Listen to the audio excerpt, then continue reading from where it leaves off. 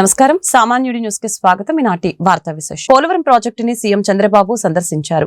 Gap 1, gap 2 పనులతో పాటు diaphragm wall నిర్మాణ పనుల్ని కూడా చంద్రబాబు పరిశీలించారు. అధికారులు పోలవరం ప్రాజెక్టు ఇంజనీర్లతో చంద్రబాబు సమీక్ష నిర్వహించారు. ఏపీ సీఎం చంద్రబాబు నేడు పోలవరం ప్రాజెక్టుని సందర్శించారు. ఏరియల్ వ్యూ ద్వారా పోలవరం ప్రాజెక్టు పరిశీలించారు. హిల్ వ్యూ పాయింట్ నుంచి కూడా పోలవరం డ్యామ్ ని పరిశీలించారు. గ్యాప్ 1, గ్యాప్ 2 పనులతో పాటు డయాఫ్రమ్ వాల్ నిర్మాణ పనుల్ని కూడా చంద్రబాబు పరిశీలించడం జరిగింది. ఇక పనులు జరుగుతున్న తీరుపై అధికారుల్ని అడిగే వివరాలు తెలుసుకున్నారు. అధికారులు పోలవరం ప్రాజెక్టు ఇంజనీర్లతో చంద్రబాబు సమీక్ష నిర్వహించారు. పోలవరం ప్రాజెక్టు రాష్ట్ర ప్రభుత్వానికి ఎంతటి ప్రాధాన్యత అంశమో వారికి వివరించారు. పోలవరం ప్రాజెక్టు భవిష్యత్తు నిర్మాణాల షెడ్యూల్ ని చంద్రబాబు విడుదల చేయనున్నారు.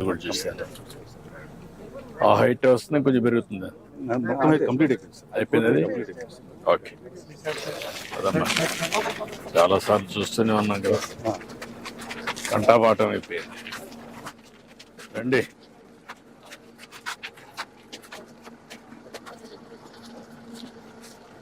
సిఆర్ఎఫ్ గ్యాప్ 1 డిసెంబర్ 10న పనులు మొదలవుతాయి. 26 ఫిబ్రవరిలో పూర్తి చేస్తా ఉంటున్నారు. అవసరమైతే ప్రీపోన్ చేయమంటున్నాం. ఈసీఆర్ గ్యాప్ 2 పనులు మొదలైనాయి. 27 డిసెంబర్ అంటున్నారు, కుదరదు, ఇంకా ముందే చేయాలన్నాం. కనీసం 26 మే, జూన్, జూలై లోపల చేస్తే మనకు ఒక సీజన్ కలిసి వస్తుంది. నీళ్లు కూడా పెట్టుకోవడానికి అవకాశం ఉంటుంది. గ్రాడ్యువల్గా పెట్టాల్సి వస్తుంది. కనీసం 26 నుంచి వాటర్ని బిల్డప్ చేయడానికి మనకు టైం అంతా కూడా 26. మీరు చూస్తే ఇక్కడ అక్టోబర్ వరకు ఉధృతంగా ఫ్లో ఉంటుంది, తర్వాత తగ్గుతుంది. కాబట్టి అంత లోపల చేయగలిగితే నీళ్లు ఇంపౌండ్ చేయడానికి అవకాశం ఉంటుంది. అది కూడా చేయమని చెప్పి ఆదేశాలు ఇచ్చాం. వర్కౌట్ చేస్తున్నారు. అదే సమయంలో కుడి కాలువ కనెక్టివిటీ ఇవి 1.5 ఇయర్లో కంప్లీట్ చేయమంటున్నాను. ఇప్పటి నుంచి 1.5 ఇయర్లో ఈ పూర్తి అయిపోవాలి. అదే మరి ఎడమ కాలువ కనెక్టివిటీ కూడా 1.5 ఇయర్లో పూర్తి కావాలి. అప్రోచ్ ఛానల్ పెండింగ్ పనులన్నీ 26 జూన్ లోపల పూర్తి అవ్వాలి. స్పిల్ ఛానల్ పెండింగ్ పనులన్నీ 27 అంటున్నారు, అంతకంటే ముందే పూర్తి కావాలి. 27 జూలై అన్నారు, దానికంటే ముందే కంప్లీట్ చేయమంటున్నాం. పైలట్ ఛానల్ పనులు కూడా 27 మే అన్నారు, ముందుగానే చేయమంటున్నాం. ఎడమ కాలువ కనెక్టివిటీస్ పరిధిలో హెడ్ రెగ్యులేటర్ పనులు డిసెంబర్ 1న ప్రారంభమైనాయి. ఇది 2027 ఫిబ్రవరికి పూర్తి చేస్తా ఉంటున్నారు. ఎంట్రీ ఎగ్జిట్ ఛానల్ పనులు 26 ఏప్రిల్ లోపల పూర్తి చేయాలని. ఇరిగేషన్ టన్నల్ పనులను 27 ఫిబ్రవరి లోపల పూర్తి చేయాలని. కుడి కనెక్టివిటీస్ పరిధిలో ట్విన్ టన్నల్స్ ఉన్నాయి. ఇవన్నీ డిసెంబర్ 1 మొదలవుతాయి. 26 లోపల పూర్తి చేయాలని. బండ్ 1, 2 పనులు కూడా మే 25 పూర్తి చేయాలని. మొత్తం భూసేకరణ కూడా 16,440 ఎకరాలు చేయాలి. ఈ పనులన్నీ ఏప్రిల్ 25కు పూర్తి చేయమంటున్నాం. ఇది వార్ ఫుటింగ్లో చేయాల్సిన అవసరం ఉంది. R&R కూడా 2026కి పూర్తి చేసే విధంగా కార్యక్రమం పెట్టుకున్నాం. ఇవన్నీ క్లియర్ కట్గా మీకు అందరికీ టైము, డేట్స్ అవన్నీ కూడా ఫైనలైజ్ చేశాం. ఇదే ఇన్ఫర్మేషన్ ఈరోజు PPA కూడా ఇక్కడే ఉన్నారు, వారికి కూడా సబ్మిట్ చేస్తున్నాం. వారితో కూడా కలిసి కేంద్ర ప్రభుత్వానికి కూడా మంత్రి, సెక్రటరీ వీళ్ళు వెళ్ళి వాళ్ళతో కూడా మాట్లాడి ఇవన్నీ హ్యాండ్ ఓవర్ వాళ్ళకు కూడా చెప్తారు, డిస్కస్ చేస్తారు. వాళ్ళు ఇచ్చే సజెషన్స్ ఉంటే experts committee, CWC and PPA అందరూ కూర్చొని మాట్లాడుకొని ఇంకా ఏదైనా మార్పులు చేర్పులు ఉంటే వాళ్ళు ఏదైనా సజెషన్స్ తీసుకుంటాం. ప్రాజెక్ట్ని ఎట్టి పరిస్థితిలో ముఖ్యమంత్రి చంద్రబాబు డిప్యూటీ సీఎం పవన్ కళ్యాణ్ నేడు భేటీ అవనున్నారు. జనసేన నేత కొనితెల నాగబాబు మంత్రిగా ప్రమాణ స్వీకార ముహూర్తంపై చర్చించే అవకాశం ఉంది. ఇప్పటికే డిప్యూటీ సీఎం పవన్ కళ్యాణ్ సోదరుడు జనసేన నేత కొనితెల నాగబాబుకి కేబినెట్ లో సీఎం చంద్రబాబు బెర్త్ కన్ఫర్మ్ చేసిన విషయం తెలిసిందే. ముఖ్యమంత్రి చంద్రబాబు నాయుడుతో డిప్యూటీ సీఎం పవన్ కళ్యాణ్ సోమవారం మధ్యాహ్నం భేటీ అయ్యారు. CM Chandrababu deputy CM Pawan Kalyan భేటీలో నేడు నాగబాబు కేబినెట్ లోకి ఎప్పుడు తీసుకోవాలనే అంశంపై చర్చిస్తారని సమాచారం. ఎమ్మెల్సీగా ఎన్నికయ్యాక కేబినెట్ లోకి తీసుకుంటారా లేదా మంత్రిగా అయ్యాక ఎమ్మెల్సీ పదవి చేపడతారా అనే అంశంపై చర్చ జరగనుంది. అలాగనే నామినేటెడ్ పదవులపై కూడా చర్చ జరగనుందని తెలుస్తోంది. జనసేన నుంచి 3వ జాబితాను సీఎంకు పవన్ కళ్యాణ్ ఇవ్వనున్నట్లు సమాచారం. ప్రపంచ ప్రఖ్యాత తబలా విద్వాంసుడు, పద్మ విభూషణ్ పురస్కార గ్రహీత ఉస్తాద్ జాకీర్ హుస్సేన్ కన్నుమూశారు. అధిక రక్తపోటు, గుండె సంబంధిత సమస్యతో బాధపడుతున్న ఆయన 2 వారాలుగా అమెరికాలోని శాన్ ఫ్రాన్సిస్కోలో ఒక ఆసుపత్రిలో చికిత్స పొందుతూ మరణించారు. 3 ఏళ్లకే తబలాపై చేతులేసి 7 ఏళ్లకి స్టేజ్ షో ప్రారంభించి 12 ఏళ్లకు అంతర్జాతీయ ప్రదర్శనలు ఇచ్చి ఎంతో మంది అభిమానుల్ని సంపాదించుకున్న జాకీర్ హుస్సేన్ 6 దశాబ్దాల పాటు అభిమానుల్ని అలరించారు. సోషల్ మీడియాలో చాలా యాక్టివ్ గా ఉండి జాకీర్ హుస్సేన్ తరచుగా పోస్టులు చేస్తూ ఉంటారు. ఈ నేపథ్యంలో ఇన్స్టాగ్రామ్ లో ఆయన చేసిన చివరి పోస్టు ప్రస్తుతం వైరల్ అవుతోంది. ఈ ఏడాది అక్టోబర్ నెలలో అమెరికాలోని తన ఇంటి వరండాలో విశ్రాంతి తీసుకుంటూ చుట్టుప్రక్కల ప్రకృతిని స్వయంగా చిత్రీకరించారు. ఆ వీడియోను ఇన్స్టాగ్రామ్ లో పోస్ట్ చేశారు. రాజధాని పరిధిలో రహదారుల నిర్మాణం వేగంగా పూర్తి చేయవలసి ఉందని మంత్రి నారాయణ తెలిపారు. రాజధానిలో నిర్మాణాల కోసం ఇప్పటికే 21,000 కోట్ల మేర పనులు చేపట్టేందుకు అనుమతి మంజూరైందని చెప్పారు. సీడ్ యాక్సెస్ రహదారిని జాతీయ రహదారులతో అనుసంధానం చేసేలా పనులు చేయాలని నిర్ణయం తీసుకున్నామని మంత్రి నారాయణ తెలిపారు. రాజధాని పరిధిలోని రహదారుల్ని జాతీయ రహదారికి అనుసంధానించే ప్రాంతాల్లో మంత్రి నారాయణ ఇవాళ పరిశీలించారు. ఈ సందర్భంగా మంత్రి నారాయణ మీడియాతో మాట్లాడారు. రాజధానిలో నిర్మాణాల కోసం ఇప్పటికే 21,000 కోట్ల మేర పనులు చేపట్టేందుకు అనుమతి మంజూరైందని చెప్పారు. ఈ నెల 16వ తేదీన మరొక 20,000 కోట్ల మేర పనులకి సిఆర్డీఏ అథారిటీ ఆమోదం తెలియజేసే అవకాశం ఉందని తెలియజేశారు. రాజధాని పరిధిలో రహదారుల నిర్మాణం వేగంగా పూర్తి చేయవలసి ఉందని తెలిపారు. దీనికి సంబంధించి లీ కన్సల్టెన్సీకి డిపిఆర్ రూపకల్పనకి ఇచ్చామని తెలియజేశారు.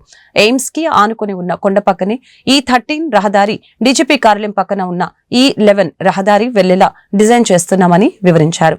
అతి తక్కువ భూసేకరణతో ఈ రహదారుల నిర్మాణం చేపడుతున్నామని అన్నారు. మొత్తంగా అమరావతి నుంచి 3 ట్రాంక్ రోడ్లు జాతీయ రహదారితో అనుసంధానం అవుతాయని మంత్రి నారాయణ తెలిపారు. ఈ రాజధాని 3 సంవత్సరాలను కంప్లీట్ చేయాలి నారాయణ. 5 సంవత్సరాలు కాదు, ప్రభుత్వం 5 సంవత్సరాలన్నా మొదటి 3 సంవత్సరాలనే కంప్లీట్ చేయాలన్నారు.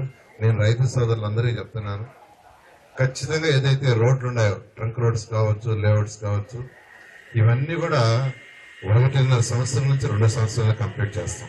అధికారుల కోసం ఆల్మోస్ట్ 80%, 90% వర్క్ అయింది. ఇవన్నీ కూడా 9 నెలలు అయిపోయి అధికారులకు తీసుకొచ్చేస్తాం. 9 నెలల సమయం. అయితే ఐకానిక్ టవర్స్ 50 అంతస్తులు, 40 అంతస్తులు ఉన్నాయి, 5. ఆ టవర్స్, అసెంబ్లీ, హైకోర్టు మాత్రం అది 3 సంవత్సరాలు పడుతుంది. ఆ విధంగా ఒక పక్కా ప్రణాళికతో యాక్చువల్గా ఈరోజు పోతున్నాం. అంతేకాకుండా కాంట్రాక్ట్ ఉండాలి. అంతకుముందు 41,000 కోట్లకి కాంట్రాక్ట్లు ఇచ్చాం. వాళ్ళని క్లోజ్ చేయాల, అది అట్నే ఉంచారు. వాళ్ళని క్లోజ్ చేస్తుంటే ఈ 6 నెలల టైం పట్టినది కాదు. వాళ్ళు గత ప్రభుత్వం క్లోజ్ చేసేసి వాళ్ళకి ఇవ్వాల్సిన అమౌంట్ ఇచ్చుంటే నాకు ఇప్పుడు 6 నెలలు మాకు పట్టినది కాదు. వాళ్ళది క్లోజ్ చేయాలా. వాళ్ళ క్లోజ్ చేయాలంటే 5 సంవత్సరాలు మాకు డబ్బులు ఇవ్వలేదు. తర్వాత మా మెటీరియల్ అంతా కొంత థెఫ్ట్ జరిగిపోయింది కాబట్టి మాకేందని అడుగుతున్నారు. సరే, దాన్ని కూడా మళ్ళీ లీగల్ చేసి కోర్టుకు పోతే మళ్ళీ ప్రాజెక్టు 2-3 ఏళ్ళు కోర్టు చుట్టూ తిరిగితే టెండర్లు కూడా పిలవలేము. అందుకని వాళ్ళందరినీ కూర్చొని అధికారులతో మాట్లాడించి ఒక కమిటీ వేసి కమిటీ యొక్క రిపోర్ట్లు తీసుకుని మళ్ళీ వాళ్ళతో మాట్లాడి అధికారులు మళ్ళీ మేము మాట్లాడి దాన్ని ఎటువంటి ఇబ్బంది లేకుండా అవన్నీ క్లోజ్ చేయడం జరిగింది. అది 100కి 100 పాళ్ళు తూచా తప్పకుండా ఈ 3 సంవత్సరాలు చేస్తామని మీ అందరికీ తెలియజేస్తూ, మరొక విషయం, ఈ 46,000 కోట్లకి టెండర్స్ ప్రాసెస్ కి అథారిటీకి ఇవాళ పెడుతున్నారు కాబట్టి కొంత ఫ్రీ అయ్యారు. అది ఇంకొక 10-15 రోజులు ఉంటుంది. సంక్రాంతి లోపల మళ్ళా ఏదైతే జేఏసీ వాడు కోరుకుంటున్నారో వాడితో కూర్చొని డిస్కస్ చేసి ప్రతి సమస్యని సాల్వ్ చేస్తానని మీ అందరికీ తెలియజేస్తారు. చంద్రబాబు అవగాహన రాహిత్యం వల్లనే పోలవరం ప్రాజెక్టు నిర్మాణం ఆలస్యమైందని వైఎస్ఆర్సీపీ సీనియర్ నేత మాజీ మంత్రి అంబటి రాంబాబు విమర్శించారు. సోమవారం తాడేపల్లిలోని వైఎస్ఆర్సీపీ ప్రధాన కార్యాలయంలో అంబటి రాంబాబు మీడియాతో మాట్లాడారు. పోలవరంపై చంద్రబాబు అసత్యాలు మాట్లాడుతున్నాడు. డయాఫ్రమ్ వాల్ కొట్టుకుపోవటానికి అసలు కారణం ఎవరు? కాపర్ డ్యాం నిర్మించకుండా డయాఫ్రమ్ వాల్ కడతారా? చంద్రబాబుకు పోలవరం ఏటీఎం అని ప్రధాని మోదీ అనలేదా? అవినీతి చేసింది సాక్షాత్ ప్రధాని మోదీ పార్లమెంట్లో అని టీడీపీ అనలేదా? 2018లోనే చంద్రబాబు పోలవరం పూర్తి చేస్తామని అన్నారు. అప్పుడెందుకు పూర్తి చేయలేకపోయారు? కేంద్రం 12,157 కోట్లు విడుదల చేయడానికి వైఎస్ఆర్సీపీనే కారణమని ఈ సందర్భంగా తెలియజేశారు. అంటే మీకు మీడియా బలం ఉందని, మీకు చెప్పేటటువంటి ఛానల్స్ ఉన్నాయని, రాసేటటువంటి పత్రికలు ఉన్నాయని పచ్చి అబద్ధాలు చెప్పడానికి are you not feeling shy? మేము చేసిన పనులు మీరు చేసామని చెప్పుకునేటువంటి కార్యక్రమం మీరు ఇవాళ చేస్తున్నారు. అదేమంటే 72% అంటాడు. ఎక్కడి నుంచి తీసుకొచ్చాడు లెక్క నాకు అర్థం కాల. 72% పూర్తి చేశాం. 72 కాదు, 50% కూడా మీరు పూర్తి చేయలే. ఇది వాస్తవం.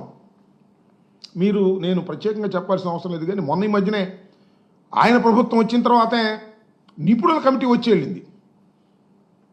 కెనడాకు సంబంధించిన వారిద్దరు, అమెరికాకు సంబంధించిన వారిద్దరు, ప్రపంచంలోనే ప్రాజెక్టుల మీద పెద్ద అవగాహన కలిగినటువంటి వ్యక్తులు వాళ్ళు వచ్చి పరిశీలించి చాలా స్పష్టంగా చెప్పారు ఇవన్నీ తప్పులు చేశారు. ఎవరు తప్పులు చేశారు?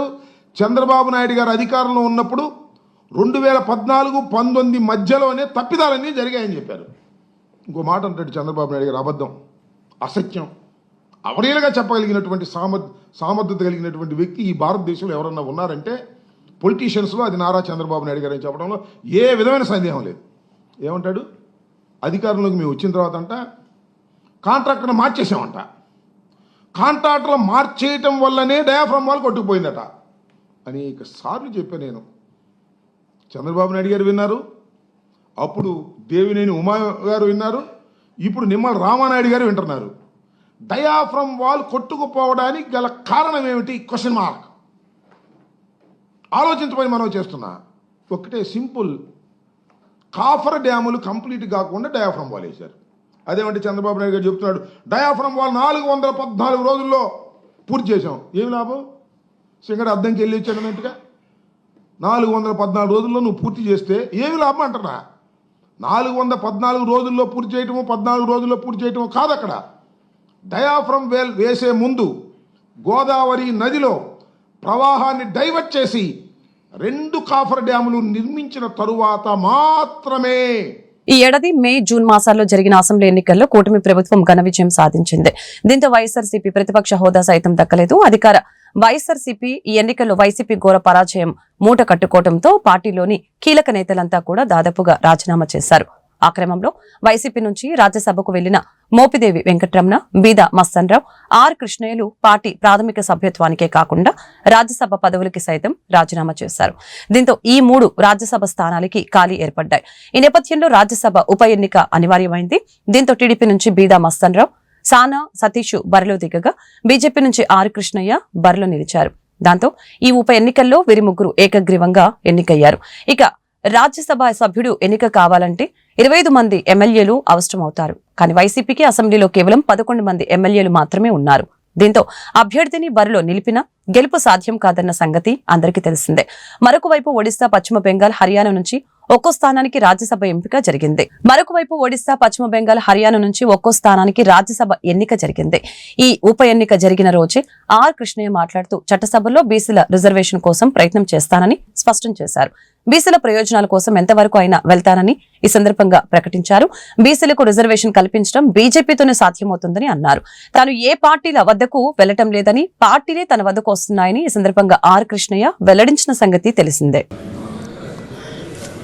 యాగా కృష్ణయ్యను నేను రాజ్యసభ యొక్క సభ్యునిగా ఎన్నుకోబడిన వాడనై శాసనం ద్వారా స్థాపితమైన భారత సంవిధానం పట్ల యథార్థమైన శ్రద్ధానిష్టలను కలిగిందుననియు భారతదేశం యొక్క సార్వభౌమతను మరియు అఖండతను సమర్థించుననియు నేను చేపట్టనున్న కర్తవ్యంను శ్రద్ధాపూర్వకంగా నిర్వహించుననియు దైవ సాక్షిగా ప్రమాణం చేయుచున్నాం.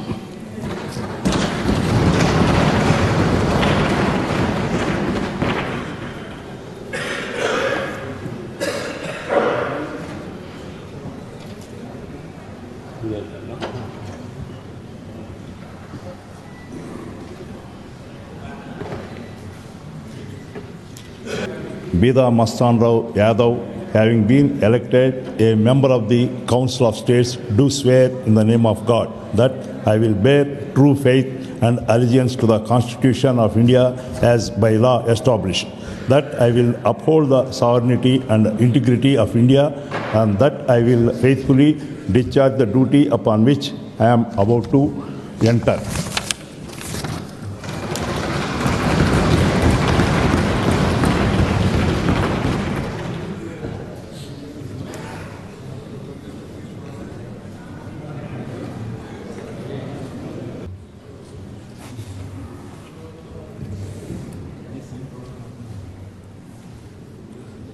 సానా సతీష్ బాబును నేను రాజ్యసభ యొక్క సభ్యునిగా ఎన్నుకోబడిన వాడినై శాసనం ద్వారా స్థాపితమైన భారత సంవిధానం పట్ల యథార్థమైన శ్రద్ధానిష్టలను కలిగి ఉందిననియు భారతదేశం యొక్క సార్వభౌమత్వాన్ని అఖండతను సమర్థితుననియు నేను చేపట్టనున్న ఈ కర్తవ్యమును శ్రద్ధాపూర్వకంగా నిర్వహించిననియు దైవసాక్షిగా ప్రమాణం చేస్తున్నాను.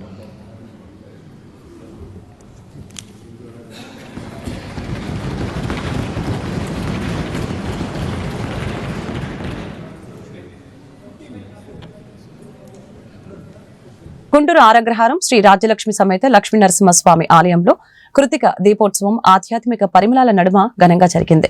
ఈ సందర్భంగా దేవాలయ ప్రాంగణంలో భక్తులు వెలిగించిన దీపోత్సవ కాంతుల్లో శాస్త్రోక్తంగా స్వామివారు ఆలయ ప్రదక్షిణం చేసే కార్యక్రమం శోభాయమానంగా కొనసాగింది.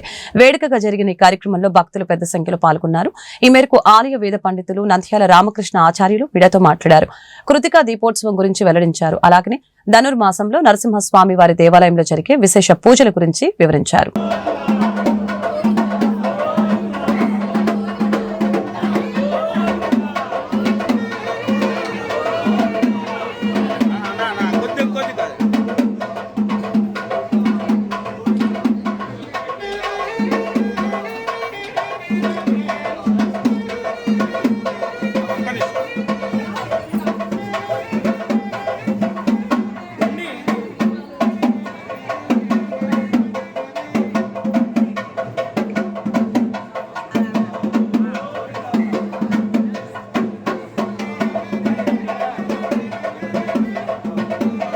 శ్రీమన్నారాయణ.